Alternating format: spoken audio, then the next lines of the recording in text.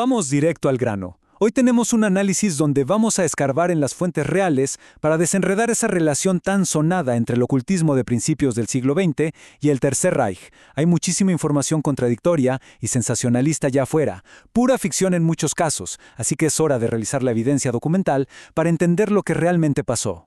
A ver, piénselo un segundo. Seguro han visto películas o leído cómics que nos bombardean con la idea de un régimen impulsado 100% por magia negra y rituales secretos. Pero cuando uno examina los registros históricos reales, nos topamos con una narrativa completamente distinta. Es un rompecabezas muchísimo más complejo, lleno de contradicciones y, para ser honestos, de una naturaleza mucho más política de lo que los mitos nos quieren hacer creer. Para este recorrido, nuestra ruta es súper clara. Vamos a revisar 5 puntos clave. Primero, el mito del ocultismo nazi. Segundo, el ascenso de la famosa ariosofía. Tercero, cómo se distorsionaron tradiciones ocultistas más antiguas. Cuarto, la conexión con la sociedad Thule. Y quinto, el rumbo en zigzag que tomó el régimen. Bien, arranquemos con la sección 1, el mito del ocultismo nazi, o básicamente, la cultura popular frente a la realidad histórica. Y aquí está la clave de todo el asunto. A pesar de esa fascinación enorme que seguimos viendo hoy en día, los datos históricos duros nos muestran que el régimen jamás tuvo una devoción real por lo oculto. Investigaciones de fuentes como la Universidad de Cambridge dejan muy claro que fue una relación puramente pragmática. Básicamente, el Estado explotaba estas ideas cuando le sacaba algún jugo político, y cuando ya no servían o se volvían una amenaza, bueno, las aplastaban sin pensarlo 2 veces. Pasemos a la sección 2, el ascenso de la ariosofía, o cómo se forja una pseudociencia. Para entender bien de dónde salió todo esto, tenemos que retroceder un poco. Viajemos a la Austria de entre 1890 y 1930. Aquí es donde entra este concepto tan particular, la ariosofía. Literalmente pretendía significar la sabiduría de los arios, y fue un sistema de creencias pseudocientíficas que existió mucho antes que el Tercer Reich. Imagínense un cóctel rarísimo que mezclaba misticismo rúnico, paganismo germánico y unas teorías raciales verdaderamente extremas. Y si miramos a los arquitectos de todo este movimiento marginal, nos encontramos con personajes como Guido von List. Este señor creó un sistema que llamó armanismo, centrado en la supuesta magia de las runas antiguas. Por el otro lado tenemos a Georg Lanz von Liebenfels, un ex monje que fundó su propia sociedad secreta y hasta tenía una revista llamada Ostara. Ojo con este dato que es crucial. La sociedad secreta de Liebenfels, la Orden de los Nuevos Templarios, ya estaba ondeando una bandera con una esvástica en un castillo austriaco en 1907. Sí, escucharon bien, muchísimo antes de que cierto partido político se la apropiara. Ahora, el nivel de extremismo que manejaban en estas subculturas es francamente alarmante. Lanz von Liebenfels empujaba una ideología totalmente infundada que llamó teosología. Predicaba que los arios eran una especie de hombres dioses y que las demás razas venían de mezclarse con simios. Hasta abogaba por la esterilización de quienes él consideraba inferiores. Era un nivel de radicalismo absoluto que ya estaba flotando en ciertas subculturas europeas de la época. Lo que nos lleva a la sección 3, distorsionando tradiciones ocultistas más antiguas, o cómo secuestraron filosofías enteras. Fíjense en este contraste, porque es brutal.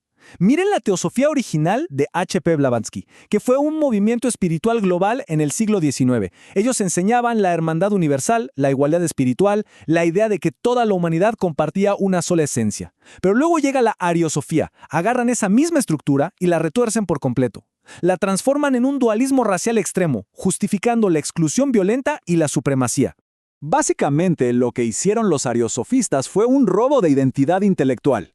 Se apropiaron de términos esotéricos como ario o raza raíz que la teosofía usaba de manera metafísica. Los vaciaron de todo su significado espiritual original y los empaquetaron de nuevo, esta vez para encajar a la fuerza en una agenda puramente nacionalista y enfocada en la pureza de sangre.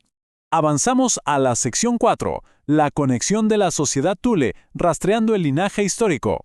Porque más allá de las teorías raras, hay una línea histórica muy real y tangible que conecta todo esto. Todo arranca en 1908 con la formación de la Sociedad Guido von List. Para 1912, estas ideas dan a luz a la Germanenorden, una orden clandestina y abiertamente antisemita. Tras una división en 1918, se dedica a la famosa Sociedad Thule en Múnich. Y apenas un año después, en 1919, la Sociedad Thule patrocina la creación del partido que más tarde sería el Partido Nazi. Es que la sociedad Thule es el verdadero puente histórico en toda esta historia. Estaba liderada por Rudolf von Sebottendorf, un aventurero con mucho dinero que mezcló su gusto por la astrología y la tradición rúnica con un antisemitismo político súper agresivo. Para otoño del 18 ya tenían unos 1.500 miembros, y fueron ellos quienes le dieron el apoyo económico e ideológico inicial al precursor de lo que eventualmente se convertiría en el Partido Nacional Socialista. Y así llegamos a la última parte, la sección 5, el rumbo en zigzag del régimen, una historia de persecución pragmática. ¿Qué pasó con todos estos ocultistas cuando el Tercer Reich finalmente consolidó su poder? Bueno, la historia da un giro muy oscuro. Un historiador del arte en 1945, Gustav Friedrich Hartlaub, dio justo en el clavo. Dijo que el régimen manejó el ocultismo con, y cito, contradicciones flagrantes, ambigüedades y duplicidades, un rumbo en zigzag. No abrazaron la magia para nada, la controlaron con una hipocresía implacable. La tremenda ironía de todo esto es que el Estado terminó aplastando a las organizaciones esotéricas independientes. En lugar de un paraíso ocultista, crearon un monopolio.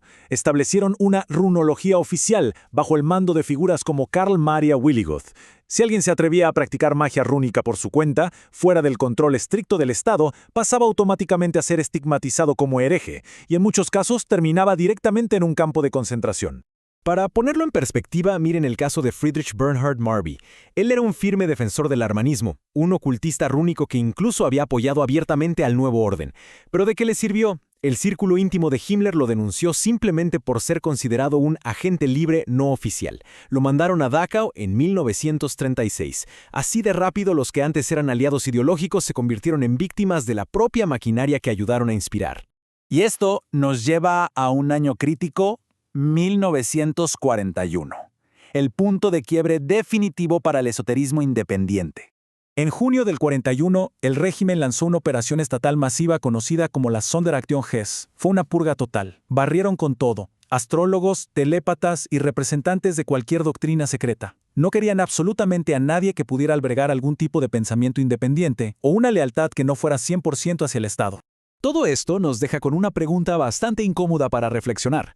¿Con qué facilidad pueden los movimientos políticos extremos convertir en armas los mitos, los símbolos antiguos y las pseudociencias para luego simplemente desecharlos y aplastarlos cuando ya no les sirven? La historia nos demuestra el inmenso peligro de manipular estas creencias. Es un recordatorio vital de por qué siempre debemos ir directo a las fuentes, rascar más allá de los mitos y cuestionar lo que nos cuenta la cultura popular. Esperamos que este análisis les haya dado una visión mucho más clara de un tema tan enredado. Gracias por acompañarnos y hasta la próxima.